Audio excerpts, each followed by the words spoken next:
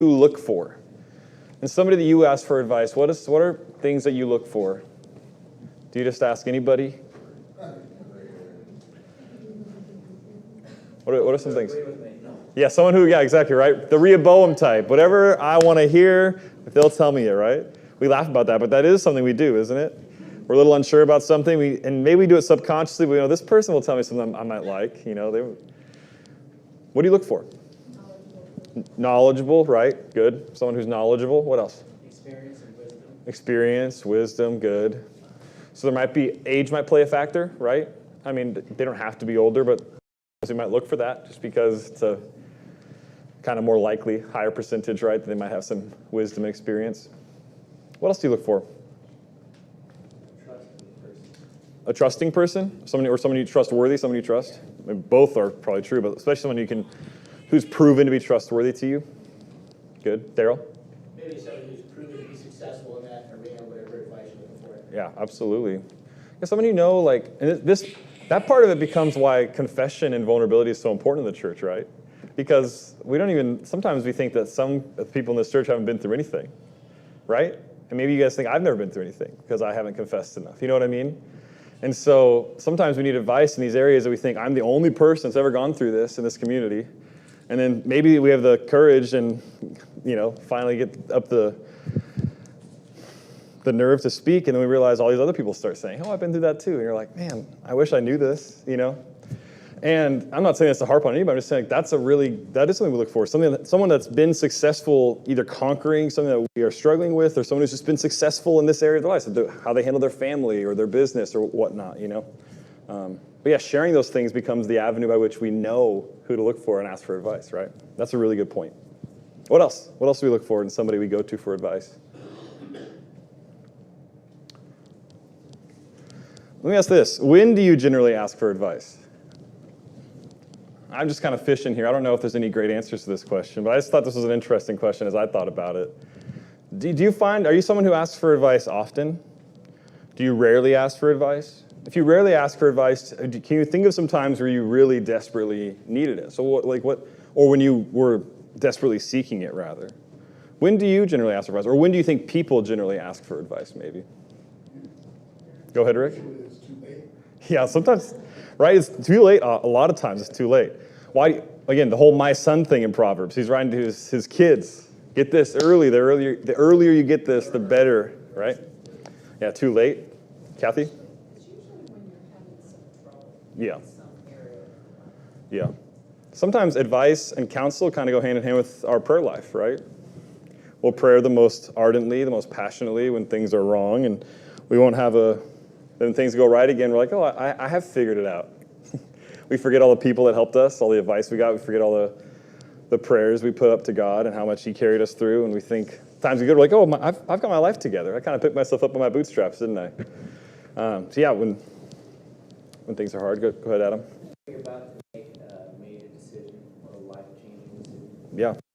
Yeah, that's good. So it's not necessarily when things are bad, but just when you know something big is coming up and you want to make the right call. I think that's common, right? Again, Rehoboam in the Old Testament as an example, when those disgruntled, workers wanted to be taken care of, and he split the whole kingdom over his decision, right? Anything else? Go ahead, Anastasia. Do you see someone doing well and you say, how'd you do it? Yeah, so maybe just see someone successful, again, to Daryl's point, like, oh, wow, I need to know the secret, right? Someone else was talking? I was going to say, I defer to my son because he's 33. Mm-hmm. And I look for generational advice. Yeah. Because, it's nice for him to open up with me about stuff. He's been working with me for about 13 years. So it kind of keeps me kind of up with the generational thing. Because we get stuck in our own generation and we're just like archaic. Yeah. So it's nice to get some wisdom from a younger person's perspective.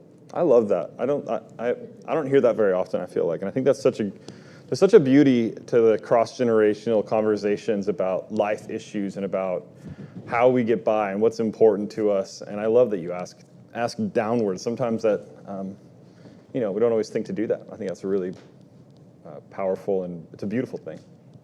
Good. Go ahead, Anil, and then we'll move on to the next question. When you're confused, yeah. Yeah, life can be perplexing sometimes, right? I mean, Haley and I have been parents for 3 weeks now. It's like every decision, everyone's like, you did that, really? That's the call you made? Oh, the pacifier, huh? It's like, whatever it is, whatever small decision. And Haley's like, people really talk about it. I have no idea. I'm like, yeah, I don't care. Use a pacifier. Who cares? And she's like, no, this is a big deal. And I'm like, because she knows, because she's a better parent than I am. But these are real things. Like every decision, there is two camps, and both are passionate that the other camp is completely wrong and borderline abusing their child with that decision, right? And that's like, it can be very confusing. And it's helpful to have people who you trust that you can ask for advice and move forward that way with some more confidence. Good. So we're talking about counsel and correction. Now, these are two different words, very related. So I just want to ask to kind of start defining some terms. How are counsel and correction related? Which do you prefer, and how often do you engage in these practices? Which do you prefer, first of all? Counsel, right? Again, this gets to your point, Ricky. We ask when it's too late. Sometimes we don't even ask, we just get corrected, right? Well, in life, sometimes you're in a situation, you can see it coming, and then you see it pass, and you can see it, there are different stages. Mm-hmm. There's different stages of trying to get counsel. Yeah. And there are different stages of correction. Yeah. Personally. And to seek out good counsel in the beginning and in the middle and the end, and then you can see if you have to correct something in the early stages as well. Yeah, I think that's wise. I don't know if maybe I placed, there's I don't know, this is a bad example, but it's been on my mind recently. Like playing chess, there's an opening, there's a mid-game, there's an end-game, and if you're bad at one part of it, you're bad at the whole thing. And I think most projects or most endeavors are like this. There's a beginning that's different than the middle. And the middle is like you're maintaining, and then to finish something out, finish strong can be very challenging. And I don't know if that's the point you're making, but what I hear is like to not kind of get too complacent, right? At every stage, there's different kind of, even for the same project or the same problem, the same relationship, whatever, right? One thing I learned in construction was when you're building a bridge, and you're driving pilings, and you're setting the girder, and you got the guys that toot the crane head, and the signal man is telling the crane head what to do, right? And then you got carpenters, and everybody is going, oh, wait, whoa, and everybody's inputting, Yeah. to get it right to the inch. Yes. At that time. So that's to me, that's life. Yeah. And then everybody's got a perspective.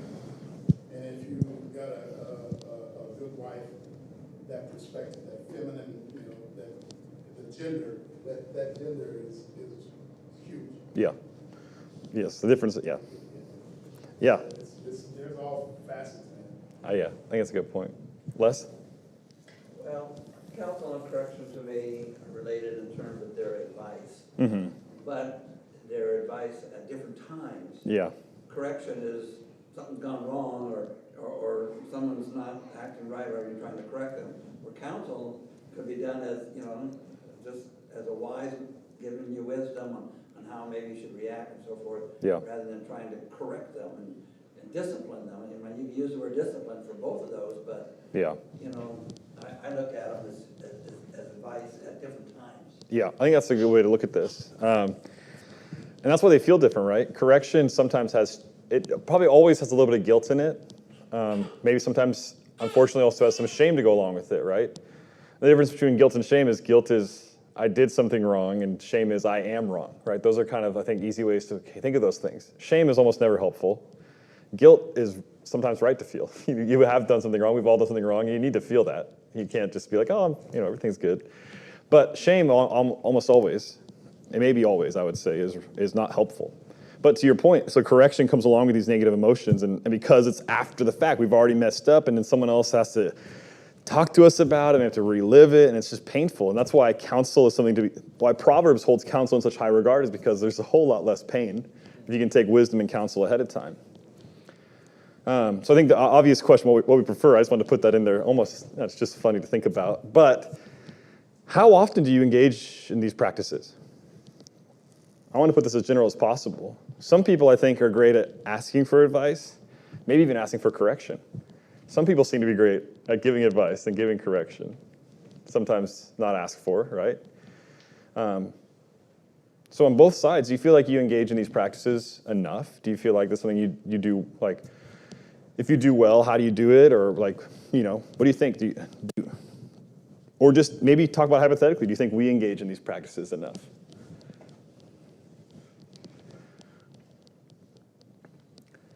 This is an awkward question. Go ahead, Nicole. Part of my job is to be a mentor at school for Mhm. the teachers, the newer teachers. So engaging in that counsel and correction is just a part of the everyday process. Yeah. To help them become better at what they do. That's so powerful. I think there's wisdom in a little bit insight you gave me. It's like there's structures put in place, right? Where the people running the school maybe, or they have these systems set up where it's like, let's make sure there's mentors given to these younger teachers, and very kind of direct to make sure that people are connected and have someone to look to when they're like, I can't get this class in control, or I can't figure out this student or whatever, without having to go through the awkward thing of feeling foolish because I can't fix this and then having to ask for help. Sometimes, I know I can get caught in that sometimes where like, I don't want to ask for help because I don't want to look stupid. Like that's a weakness of mine, okay? That's not a strength, that's not a virtue, that's just a truth. But when we set these things up ahead of time, and it's just like, well, you have to have a mentor, so you're going to talk. Those things can help. And so I think when we engage in these things regularly, have you seen it to be a benefit to yourself and to other teachers at the school? I learned so much from it myself. So Yeah. at least on my side, but I do hear back that it's helpful. Good. And I imagine, how could it not be, right? Good. I love that example. Any other thoughts about this? I put this question in here because there's a biblical model. This is what we talk about. Brent and I preach through some of this stuff about discipleship. Titus 2 talks about this. The older women talk to the younger women, and the older men and younger men is kind of implied. That goes on as well. And I just ask this because we all fall somewhere in there. And in fact, there is someone younger than you in this congregation. And by and large, there is someone older than you in this congregation. There may be exceptions, but I'm just going to say that there is probably someone older than you. And maybe there's someone older than you in a more experienced in an area. And all I'm saying is, do you look up for advice? And do you look somewhere else to give advice? Are you trying to actively offer counsel and correction? Are you actively seeking it in your spiritual life? Because I think like your example, the truth is like we all know we need it, and we all know that someone else needs it. And so this is something that needs to be, I think, on our radar. So why can't asking for advice be challenging? I gave one of my reasons, but let's start with that question first. Why can asking for advice be so challenging? Dave? Depends on what age you are. People can think that you should already know. So Yeah. yes. Oh, yeah, for sure, right? What? You don't know this yet? Come on. It's like when Jesus talks to Nicodemus. He's like, you're a teacher of the law. You don't know. You don't understand this? What else? Ricky? Pride can get in the way. Oh, yeah. Oh, yeah. And really, it's arrogance. I mean, it's, yeah, appearance, reputation. I don't want people to think less of me. Yeah, and it's like you were saying earlier, the age, I can talk to somebody younger and go, oh, what do you think about that? Yeah. That's a great idea. Yes. And let them know, so they can go, ooh, this older fellow think that was, let them know, because that's showing them, teaching them Yeah. that they have the right role. Map Yeah. for success. Yeah. That's good. I think this pride and arrogance, like, is just so being self-interested, right? Pat, and then we'll move on. I want to start reading some of these Proverbs. I realize I'm taking a lot of time with these questions, but Referring back to your first question, is why it's so challenging, is discerning who to ask and Oh, yeah. what their credentials are and how that they help evaluating all of that. It takes a while. You just don't go out and ask somebody off the street. yes, there's a phrase people say is paralysis by analysis. Sometimes we can not ask for help just because we're so, we don't know who to trust. Good. So these are, I think, important questions to ask before we even seek Proverbs for wisdom. But there's like 4 Proverbs on each of these slides. And I just figured we'd look at them and talk about maybe how they impact us and what they mean about this idea about counsel and correction. Can I get 4 volunteers? They're just 2 lines each. Go ahead, Adam, read the first one. Dave, you got the second one. Rick, you got the third one. Who wants the fourth one? Go ahead and kneel. So, all right, you remember which one you are. Here's the first one. He is on the path of life who heeds instruction, but he who ignores reproof goes astray. Awesome. Where there is no guidance, the people fall, but in abundance of counselors there is victory. Whoever loves discipline loves knowledge, but he who hates reproof is.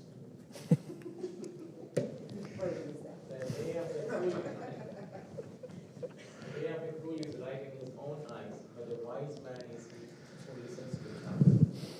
All right, any of these four stick out to you? I mean, what do you think about? The word stupid's in there. This is the New American Standard. This is one of the good ones, you know? This is Buddy Payne approved, this translation. He who hates reproof is stupid, right? That's a bad word for some households, right? Any of these stick out to you? What do you think? Is any of this surprising, or are these helpful? Absolutely. Yeah. So the first one, it talks about the path of life. He is and ignores reproof, goes astray. Yeah. If you ignore it, you're done. Yeah. You're done. And so each one, again, depending on, I guess, where you're at, what stage you're trying to ask for, each one has This place. It's all from God. Yes. Amen. Yes. And sometimes people, when you're seeking it, and they can be direct, or they can kind of whitewash. God never whitewashes. Yeah. His counsel is always true. Yeah. And when you see people that are godly, that instruction is going to show. Yeah. It really is. Yeah. Yeah. Any of the other ones stick out to y'all? I think the second one is a sign of today, well, throughout eternity, I guess, Yeah. where the people go by their own way. Yeah. But then the second one, if you follow God, that we're in victory. Yeah. Yeah, and within a church, there is an abundance of counselors, right? Like that's part of the reason confession and vulnerability is so important. Have you ever known someone who loves discipline? Yeah, it does hurt, right? I remember someone in college who's like, I don't know how well he followed this for his whole life, but at that point he said, I don't care what I eat. It's all food's just energy. I was like, I wish I had that perspective, where I just viewed food as what it did for my body and not how it tasted. Just could eat all the right things all the time. And I just haven't, that was like 10 years ago. I haven't forgotten. I was like, that guy is so weird. Like, I just think but he loved being healthy and being well, more than I did at the time. Probably still could listen to that advice a little more. But people like that who love the discipline of being well and doing well. It's like, dude, it's powerful stuff, right? It's not just I try to be good. It's like, no, I love, or there's the fitness fanatics, who take a picture of their watch every morning. I got up at 4 o'clock again today, so I get an hour, of running in. It's like, that's amazing, right? We see in all these other realms. But what about our spiritual life and all this? Do we have that same kind of love for our discipline towards God and for our, for that relationship? Good. Anything else? Anything about the last one? This one's powerful, right? A fool's always right. Always right. But a wise man will always listen. That one's just as straightforward as possible, right? If you never ask for advice and you always think you're right, you better take, he who thinks he stands better take heed lest he fall, right? Good. Let's look at another few. We'll kind of wrap up after and talk more big picture, but I just want to get through some of these and put them for us. Okay, another 4 volunteers, 4 new ones. Les, number 1, Cherry, number 2, Daryl, number 3. Anybody else? Kathy, number 4? All right. Here's the first one. Les, go ahead. Deceit is in the heart of those who devise evil, but counselors of peace have joy. Thank you. A wise son accepts his father's discipline, but a scoffer does not listen to rebuke. Poverty and shame will come to him who neglects discipline, but he who regards reproof will be honored. A fool rejects his father's discipline, but he who regards reproof is sensible. So we're starting to see kind of repeated ideas in here, right? What's the big idea? What's the main thing that kind of, I don't know, the point of the spear with all these various proverbs on the same topic? Get wisdom, right? It's the beginning of wisdom is this: acquire wisdom. And Proverbs is very clear about this idea of what a scoffer is, right? The one who doesn't listen to rebuke, but the one who scoffs just is always mocking, always kind of belittling or downplaying. But poverty and shame will come to him who neglects discipline. Honor will come to him who regards reproof. A fool rejects his father's discipline, but he who regards reproof is sensible. They're all kind of the same, but it's this message that Proverbs over and over again is repeating this idea, like, how do you relate to counsel? And the message isn't profound necessarily. It's not like, oh, I've never thought about how. But this is what Proverbs does. It's not trying to make this doctoral dissertation of a point to you. But by repetition, it's reminding us, you need to think about this. Because whenever we read this, what do we think? Well, if my friend could hear this, if the person on the other side of this room was listening, I hope they're paying attention. Wow, why aren't they here tonight? They need to hear this. Proverbs is written for them. Proverbs is written for you and for me. It's written for me. I need to hear this. What do you guys think about the first one? This one's a little different than the rest, right? It sticks out. Deceit is in the heart of those who devise evil, but counselors of peace have joy. This is kind of on the other side of it, right? How does this proverb strike you? Deceit is in the heart of those who devise evil, but counselors of peace have joy. Go ahead, Ricky. When we think about our adversary, he's always been the head of the divisive ploys. Yes. And deceitful, right? yeah, and when you see evil, man, you're gonna get it. Yeah. You're surely gonna, you're definitely gonna get it. Yeah, it's interesting kind of how these two ideas go together. It's like there are people who make plans and whose minds turn on ways that they can either benefit from others' hurt or defraud somebody for their own benefit or whatever it is, who are kind of like our brains turn on just ways to get by or get rich quick schemes. But the counselors of peace have joy. Like, that's such a simple concept. Instead of spinning your wheels on ways to get ahead, what really brings joy is using that same brain power to bring peace, to make peace, to find ways to counsel and to help, to bring people together, to make things better. Part of the question that comes, like, how would your life be different if you kind of just what interested your brain to always think about was how to make everybody's life around you better? Les? Well, the second part of that is very similar to the Beatitude, blessed are the peacemakers. Absolutely. 5:9. Yeah, for they are sons of God, right? That's the second part of that. Or I think. I should go check that before I just spuriously quote it off the top of my head. But I like that idea because if that's what it is, let me see, it's right here. They shall be called sons of God. It's like the idea, like, you are really like your Father when you make peace. And what did God do by sending His Son? But the ultimate symbol of, ultimate gesture of peace.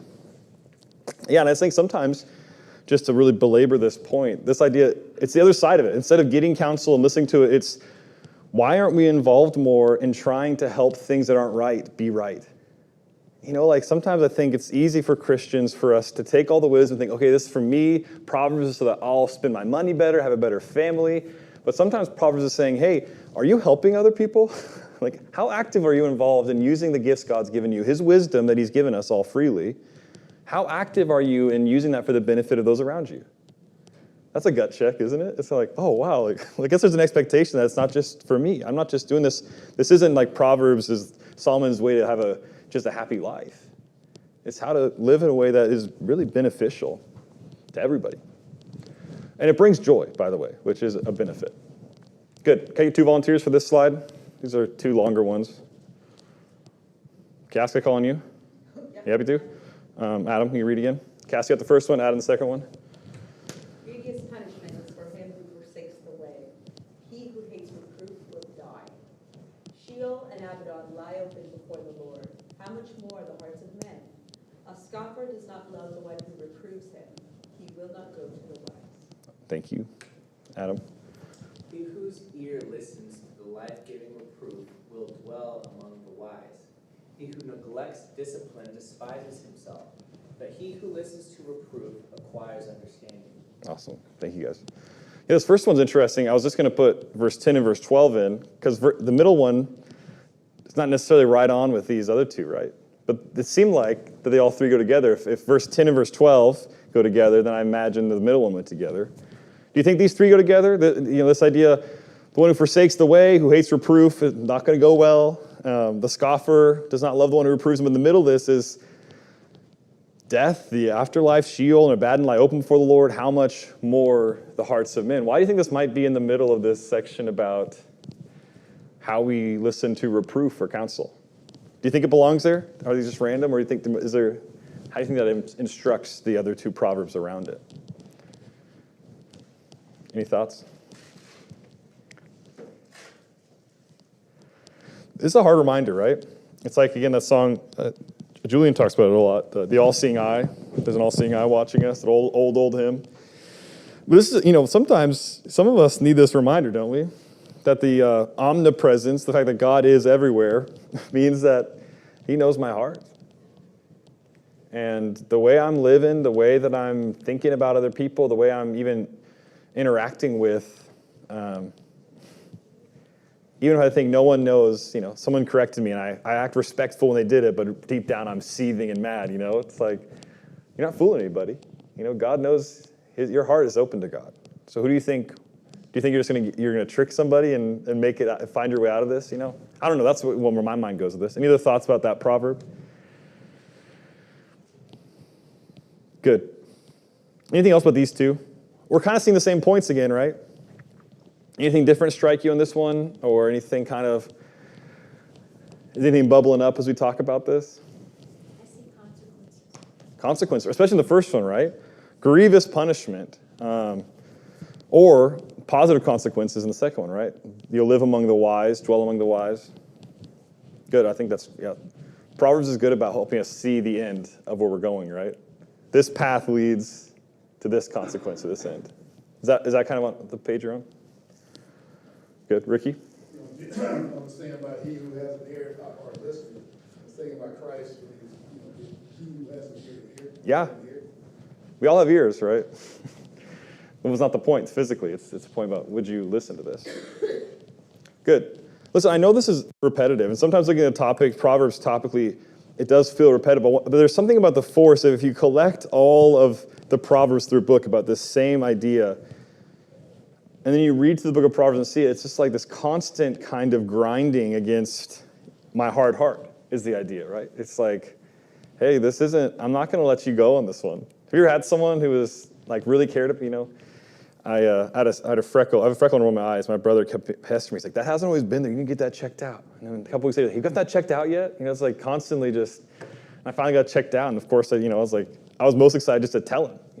But it was nothing, okay, just so you know. But the point is more if you care about somebody and you care about this, if you think it's life-altering possibly, you're like a dog with a bone, right? You just keep telling them, hey, listen, you got to listen to reproof. You got to figure this out because this isn't a small thing. This will change the course of your life, which is, like Suzanne pointed out, these are consequences.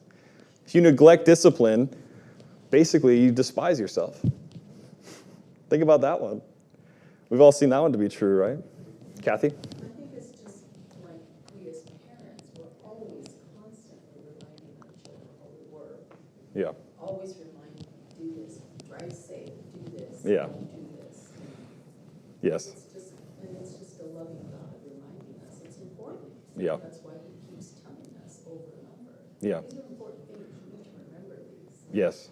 Yeah, if we don't get this one, then we're not going to listen to any other ones, right? That's why this one gets repeated the same way, because it's the simplest message. When we get into money and the family and all these things, there's kind of more nuance to them. This one's pretty black and white. Either you care about discipline and reproof and correction and you're able to take it, or you don't.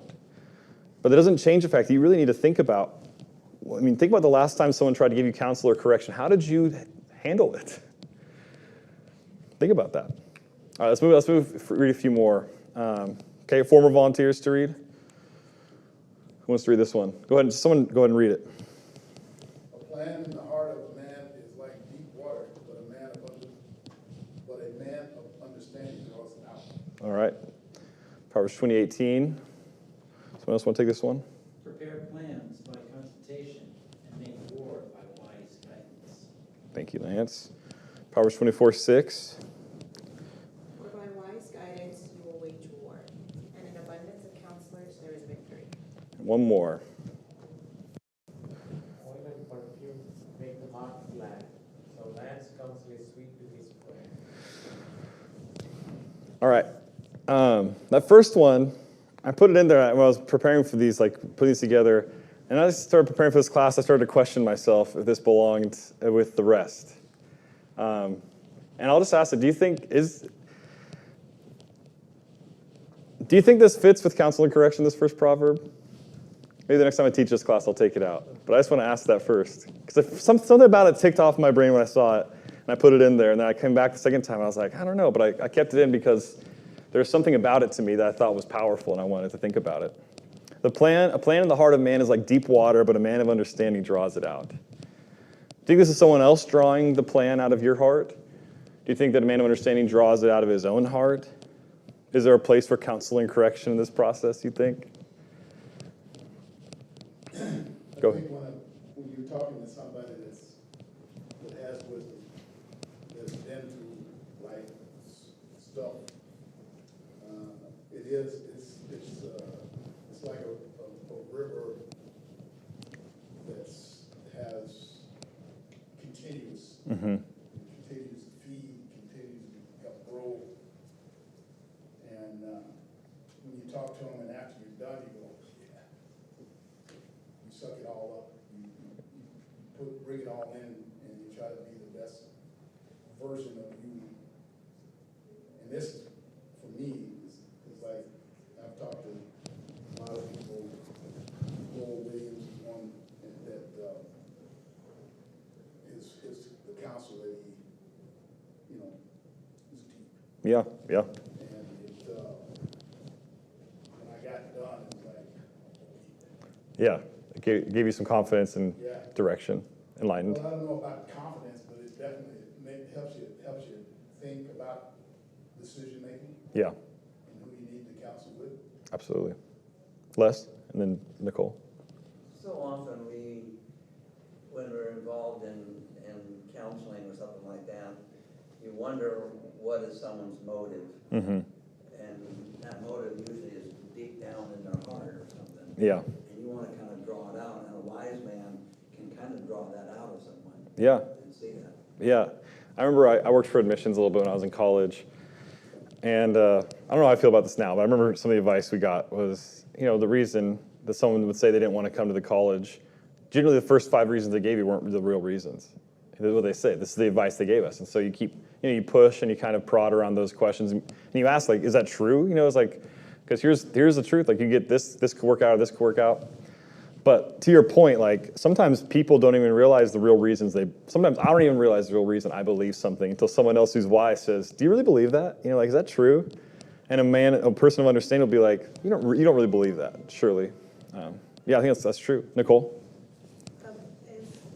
If somebody is able to articulate their own, they're going to have more buy-in to it, and they're going to be more willing to go along with it, rather than being told by someone else.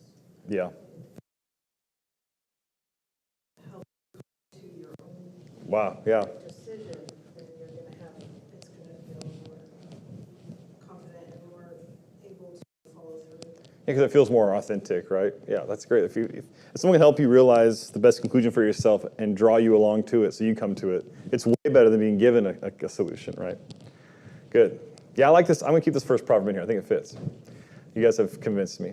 I do really like this. That first proverb was one of like the more unique ones in this that I think is really, it's just, the way I relate to it is that there's a lot of ideas that you can have. There's another way to think about maybe, I don't know, but having someone who actually can bring that along to make it feel real or attainable or show you the path to reach the end of that goal. Say, yeah, you could actually do this if you did this, this, and this. That's a revelation, isn't it? You're like, oh, I never thought I could actually, go to college, or I never thought I could actually do this job or do that, when someone's like, hey, these are the steps, Here, let's draw it out. Let's see how you could do this. It's like, oh, wow, I could do that. That's life-changing. I like this last one. These middle two, the abundance of counselors, wise guidance, plans, and consulting. And this last one I just like the simpleness of it. Oil and perfume make the heart glad, so a man's counsel is sweet to his friend. Sometimes we need to be less hesitant if we care about people to give them advice. Because if we're really friends, if we really share love, then it'll be sweet to them. It'll be a good thing for them, right? And hopefully it will be good for me when my friends give me advice. It's both ways. So, just overall, what applications can we make for how we respond to being counseled and getting corrected? What do you think? What are maybe some applications? What are some thoughts that all these Proverbs, like this avalanche of Proverbs, what kind of changes do they ask of us when we're getting counseled or corrected by others? There's some straightforward ones, right? That kept being repeated. I mean, what's the most obvious, maybe, application? Listen, right? That's concise. Cass? Be open to it. Open, right? Listen, be open, have ears for it. What else? Not to give up. Not to give up. I think that's great. Like the idea of discipline and all that, Maria, is true. Like continually, because that can be exhausting too, and especially if you're in a time where you're making a lot of mistakes, getting a lot of corrections, it can feel a lot better just to wallow, right? To give up, and not to give up. I like that. Les? I think if you can get comfortable being counseled, getting corrected or whatever, and you just take it that person that's giving you this advice or whatever has got a pure heart, and is a man of God or woman of God or whatever kind of thing, and you get that early in life, you can go through life and just really accept that stuff and not be worried or scared or whatever you're going to say, because they're looking out for your well-being. Yeah. No, I think that's right. I mean, that's the idea of loving discipline, right? Is just loving the fact that someone would do that for you. Even if, I think there's some mind gaming with myself, with yourself in this process where it's like, I don't know where this person's heart is at. I don't know if they, maybe they're a little rude and giving the advice. I don't know. That can happen, right? But you know what? I'm going to interpret it as love and take what I can and kind of try and burn off the rest and not let it bother me and just say, is there a nugget of good advice in here that I need to make this change? Okay, yeah. Did I like the way they said it? Okay, no, I didn't. But to love the discipline, you can have this mature mind where you're able to kind of parse through. Sometimes, listen, people aren't perfect. People can be grumpy. People can miss a meal or something, and then it comes off the wrong way. And some people don't even know how they come off, I think it's good. Just to love discipline to the point where you're looking for it, right? What applications can we make for how we give counsel and correct others? Do you think there's advice in here for us about how we can be interacting with others and how we help and correct them and counsel them?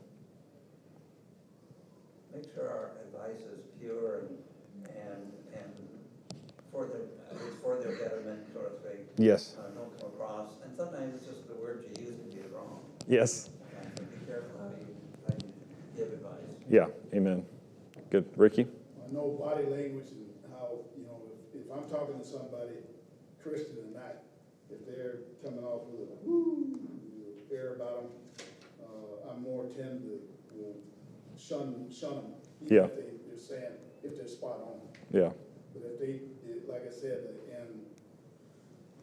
the list is huge of counsel that I've known from Steve Moss to Lowell, that have talked to me in my younger years. Mm-hmm. As a young husband and things of that nature. Their whole demeanor was spot on. Yeah. And it was so easy to accept that counsel and that. Oh, yeah. Think about the fruit of the Spirit, right? Well, maybe why it's so important for us to have. And I've had to learn with my daughters is back off the harshly. And since Hilda passed away, the conversations are richer. Mm-hmm. They're more, they accept it a lot better. Because that hard work has had to get off the horse and walk it. Yeah. And so they can receive it. Yeah.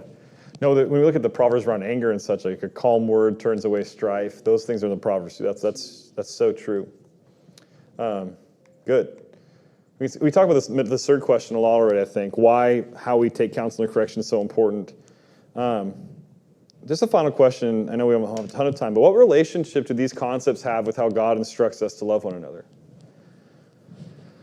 I just want to think about this because there's a verse in Philippians 1, 9 through 11. Paul prays all these prayers to different churches. The prayer he prays for the church of Philippi is, he says, for this reason I bow my knees. Well, no, that's not what he says. He says, for this I pray for you that your love will abound still more and more in all knowledge and discernment, so that you may approve the things that are excellent and be sincere and blameless until the day of truth. Yeah, exactly. Thank you. I got most of the way there. I needed help. But this idea of love doesn't just have the tolerance and the forgiveness and the mercy. Those things are all beautiful concepts and beautiful parts of love. But love also has discernment and approval and disapproval of what's excellent or not excellent. And I'm answering my own question, but I want us to think, maybe the final thought about this is a simple idea, right? Proverbs has a very kind of black and white view of correction and counsel, and the rest of the topics won't be so kind of straightforward. But maybe the beauty and the benefit of this can be, as we try and build this idea of counsel and correction into our understanding and into our application of how we love one another. If we really love one another, it's not just, I'm going to put up with this, You can't do that. Sometimes you got to have the courage and the faith in God and the faith in the other person to say, you know what? I'm going to go out of my way to try and help this person, even if they never ask for it, and do it in love. And if they turn you down, they turn you down. But I'm not saying to get involved in everyone else's business. Hear me when I say this. There's wisdom in applying this. But being, open to helping others and being helped by others is, I think, very key in our way to love one another in God's view of how the church ought to operate. So, hope that makes sense. That was kind of the last thought I had about this. I really appreciate it. I enjoy reading through Proverbs, and just kind of has a different way of encouraging us to think about life and how we live it. I appreciate all your comments tonight. Next week, we're going to look at, what was it again? Speech. We're looking at Proverbs about speech next week, so that'll be kind of go along well with this one. I love you all. That's it for class tonight.